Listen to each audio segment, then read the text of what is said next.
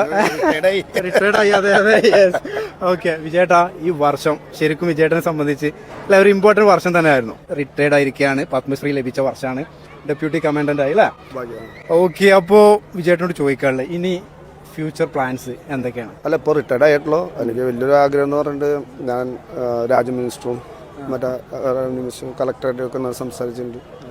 ഒരു സ്ഥലം കിട്ടിയാൽ ഞാൻ തീർച്ചയായും നല്ലൊരു റെസിഡൻസ് അക്കാഡമി തുടങ്ങാനുള്ളൊരു അപ്പോൾ ഒരു വലിയൊരു ആഗ്രഹമാണ്. കിട്ടിയാൽ തീർച്ചയായിട്ടും നല്ലൊരു അക്കാഡമി ഞാൻ തുടങ്ങും.